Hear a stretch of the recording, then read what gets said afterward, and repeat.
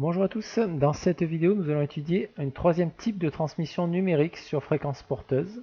Donc c'est un codage qui correspond justement au symbole indiqué sur ce graphe ici, donc le quatrième graphe. Donc vous avez un signal, donc on vous demande dans un premier temps le type de code qui est utilisé, donc ASK, OOK, PSK ou FSK. Donc on voit bien que votre montage il a une amplitude qui est constante, qui ne varie pas, donc il n'y a pas de modulation d'amplitude, donc on peut éliminer déjà les modulations ASK et OOK.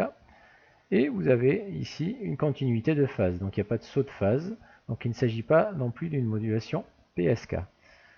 Donc a priori il s'agit d'une modulation FSK, ce qui est tout à fait cohérent, puisque vous avez un signal qui a une certaine fréquence, puis brutalement le signal change de fréquence. D'accord? Et ainsi brutalement on revient à une fréquence initiale. Donc nous avons un signal avec deux fréquences différentes, une fréquence haute et une fréquence basse. D'accord? Et donc ça va correspondre à une modulation FSK. Voilà, donc au niveau des fréquences, on va pouvoir l'écrire. Donc il va y avoir donc, deux fréquences.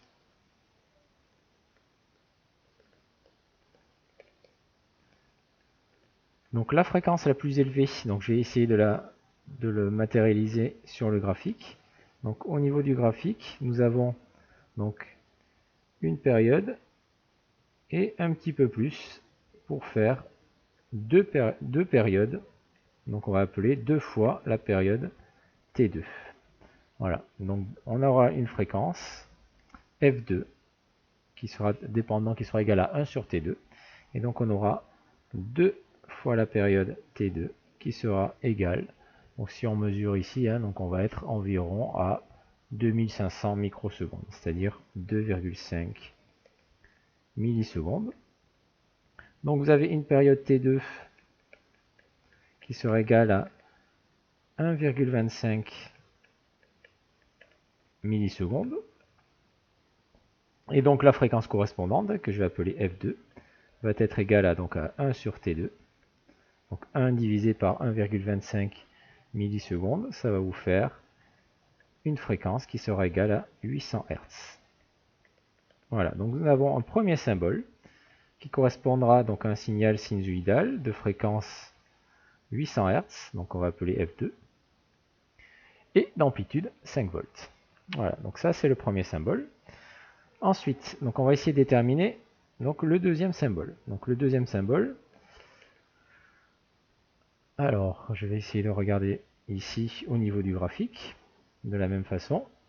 Donc là, on va avoir donc ici entre 2000 et ici, on va dire 4500, on a une période de ce signal-là. Donc entre 2000 et 4500, donc ici, on va avoir la période qu'on va appeler T1. Donc ça va être la deuxième période de votre signal. Donc finalement, on va pouvoir déterminer directement donc T1 qui sera égal ici à donc 2500 microsecondes, c'est-à-dire 2,5 millisecondes. Et donc à partir de ça, vous allez pouvoir en déduire F1 qui sera égal donc à 1 sur T1. Donc 1 divisé par 2,5 millisecondes. Et donc vous allez trouver 400 Hz. Voilà, donc les deux fréquences qui correspondront aux deux codes. Voilà, donc finalement, le signal de fréquence 800 Hz correspondra à un 1 logique. Donc vous allez pouvoir transmettre vos 2 bits comme ceci. Et le 400 Hz va correspondre à un 0 logique. Voilà, donc ce que l'on vous demande, c'est la fréquence de la porteuse. Donc là, c'est pas forcément si simple que ça. Donc sur un diagramme, en fait, un tracé en fonction de la fréquence, nous allons pouvoir positionner notre fréquence basse, donc F1, notre fréquence haute, F2, et en déduire donc au milieu la fréquence de la porteuse. Voilà. Donc F1, il vaut donc F1, on a dit qu'il valait 400 Hz. F2, il vaut 800 Hz. Et donc il faut calculer la fréquence ici, Fp de la porteuse. Donc si on regarde bien graphiquement, hein, on peut déterminer Fp. Mais tout simplement, ça va être F2 moins F1. Donc là j'ai choisi F2 plus grand que F1, mais ça peut être l'inverse, donc je vais quand même mettre une valeur absolue. Donc valeur absolue de F2 moins F1. Pardon, je me suis trompé. Ça va être égal à F2 plus F1, pardon, c'est la valeur moyenne, enfin c'est la somme F1 plus F2 divisé par 2. Voilà, donc on va faire 800 plus 400, ça va faire 1200, divisé par 2, vous allez avoir 600 Hz. Voilà, donc ça, c'est la fréquence de la porteuse, ici. Donc au niveau de la fréquence de porteuse, je vais pouvoir mettre 600 Hz. Et donc, l'excursion en fréquence correspondante, hein, l'excursion en fréquence, c'est l'écart maximum qu'il y a entre la fréquence de la porteuse et la fréquence maximale, ou entre la fréquence de la porteuse et la fréquence minimale. Donc ici, vous allez avoir donc delta F. Delta F, ça va être l'écart que vous aurez ici. Donc ça, c'est ce qu'on appelle l'excursion en fréquence, sachant que maintenant, on sait que Fp, il vaut 600 Hz. Donc si je dois calculer cette excursion en fréquence, donc delta F, donc je vais le noter ici, donc delta F,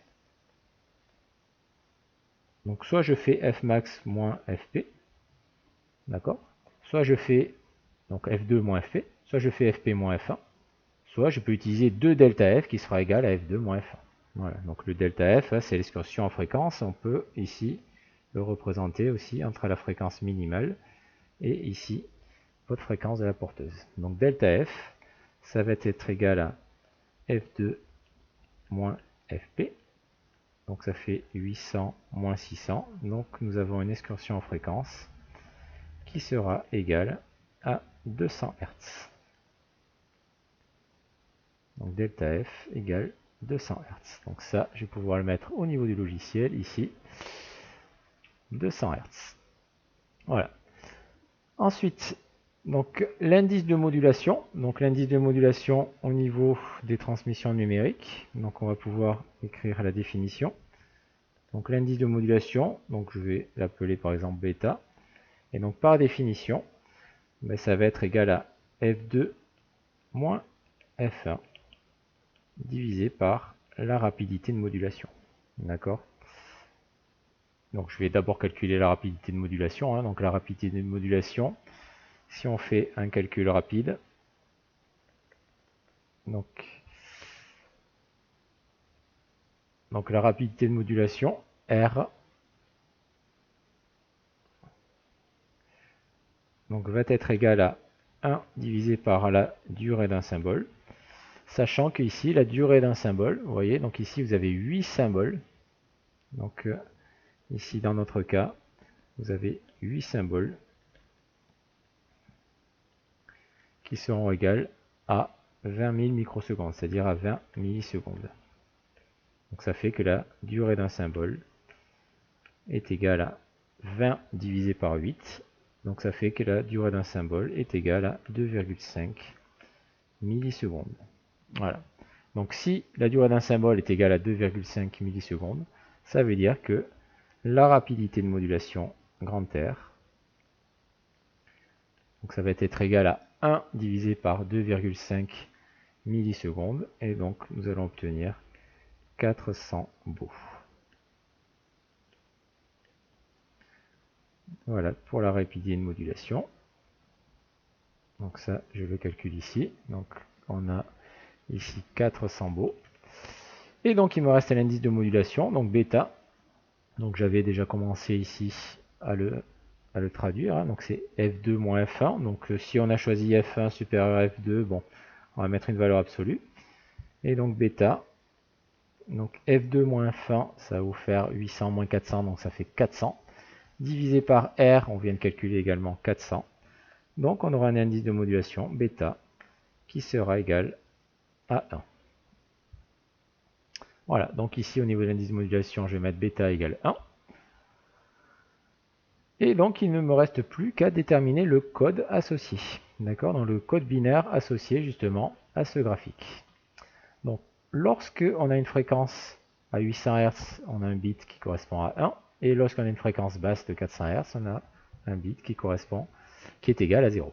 Donc là, si on regarde ici, sachant que toutes les 2,5 millisecondes on a un bit, on va pouvoir ici essayer de faire le codage. Donc on va avoir jusqu'à 2500 à peu près. Donc on aura d'abord un bit, donc fréquence élevée, donc un bit 1. Ensuite on va arriver jusqu'à 4500. Donc 4500, on va avoir un bit, donc on est passé à une fréquence plus faible, donc un bit 0. Ensuite on va continuer sur un bit 0.